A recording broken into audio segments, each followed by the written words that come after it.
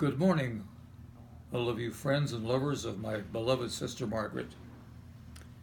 She and I were always very close together. I think we were bonded together by our mutual love for aviation. And I'd just like to share with you a few of the sharp memories of our relationship. My first memory of anything regarding Sis was when we were living in Kentucky, where Dad was a minister in the church, and he was out of town on church business, and for security reasons, Sis and I were asleep in Mother's bedroom with Mother. And somehow or other, the door was locked, and the key was misplaced. So we were locked in the second floor bedroom. I remember opening the window and calling to a neighbor and saying, "We're locked in, please call the fire department." So the fire department came, put up a ladder, and came in and rescued us. Of course, I threw a fit because they wouldn't let me climb down the ladder. I remember an early trip that we took with Mother and Dad on a train, and Sis did not want to sleep in the berth. She wanted to sleep on the floor. There was a large attendant there who said, "Well, miss," said, "you know, I'm pretty heavy, and it's dark there at night, and I might step on you, and I wouldn't want to hurt you." So he said, "You better sleep in there with your mother."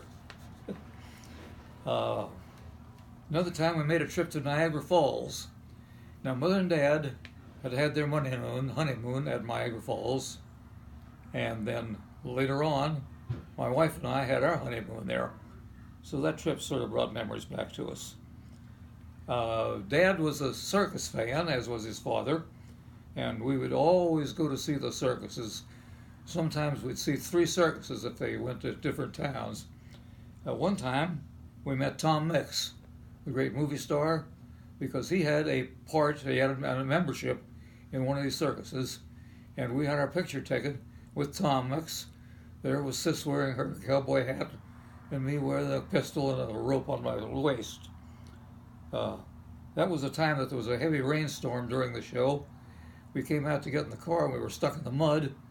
Dad and I ran back to see the manager. We came back with a bull elephant, and the elephant pulled us out of the mud. That made us sort of the heroes of the town.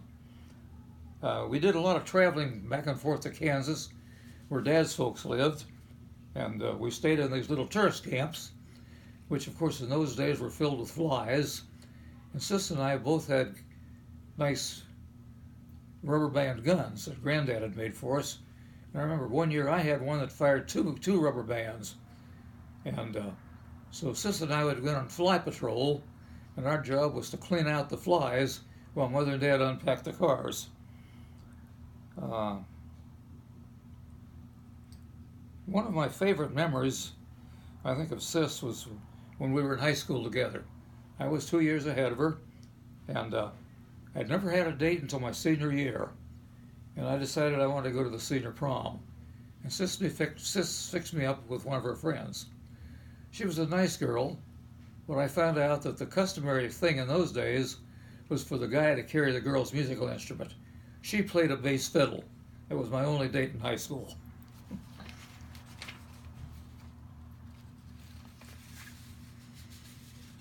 Sis and I stayed close together through the years. I didn't go into that plane crash, did I?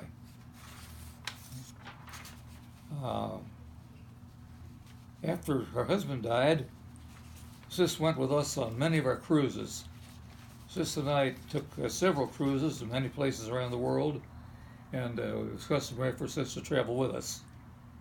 Also, we had timeshares at Sedona, and our family would get together up there every summer. And Sis, and in fact Charlie, when he was still alive, we would go up there and we would have families together with Sis joining us.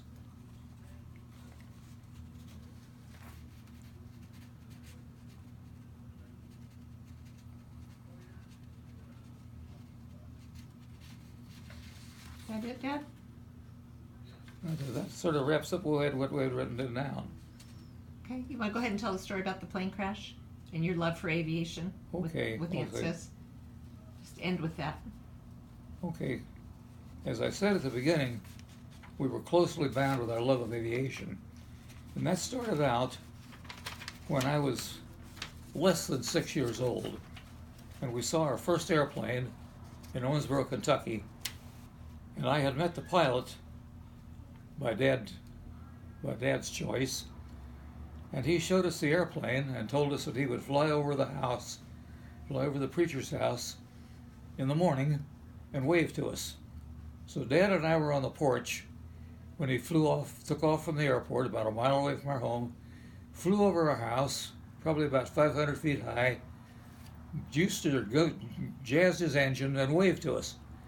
Suddenly something fell off the airplane, and I said to Dad, "Oh, it's a candy drop," because that was an advertising feature in those days. But no, it was not a candy drop. It was a wing of the airplane. Suddenly the airplane did a couple of uncontrolled maneuvers and crashed and exploded in our backyard. Flaming pieces of that airplane actually landed in our yard. I remember trying to pick one up, and Dad said, "Don't touch it, it's hot." So then we walked over to the plane crash, and the dead pilot was in the street, and they were picking him up and spraying water on the fire. And I said, "Well, is the pilot okay?" He said, "No." Dad said, "No, he's dead." I said, "Will he come to life like Jesus did?" He said, "Yes, he will, but we'll talk about that tonight."